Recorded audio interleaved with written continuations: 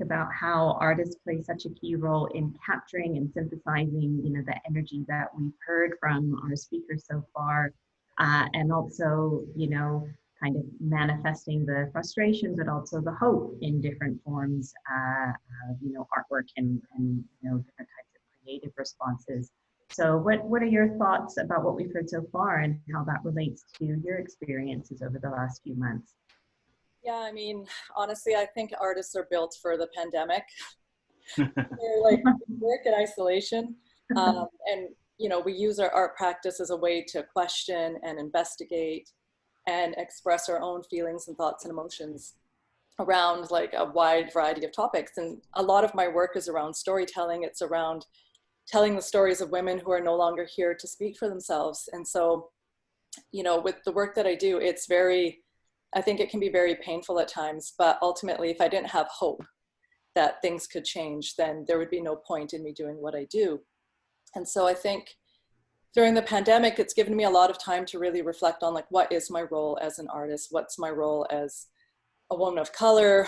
With the BLM movement, how do I connect with more Black artists, Indigenous artists, other artists of color? How do we make sure that we're supporting each other? And during COVID, I just spent a lot of time drawing just to kind of process my feelings and emotions around what was happening. And I was really fortunate to take part in Van Mero Fest's initiative, Make Art While Apart. So they hit up 4 different neighborhoods with all of the boarded up businesses and hired about 60 or more artists, muralists to come and just paint those boarded up storefronts. And it completely transformed the space from this like depressing, apocalyptic doom space to this beautiful open air art gallery. And I think, in times like this, it's really important to understand how much art matters and how much art can heal folks, how much art can transform spaces, uplift spirits, create joy, resilience, all of those things.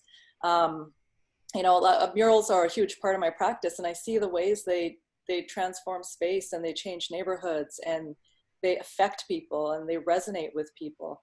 And yeah, so I mean, I've been super inspired by all of the artists who have pivoted and have been so generous with their time and their practices in giving people, work that they can use, coloring sheets, writers who are doing free story times for children. My son and I watched a story time every day by this one writer. He started a book club during the pandemic.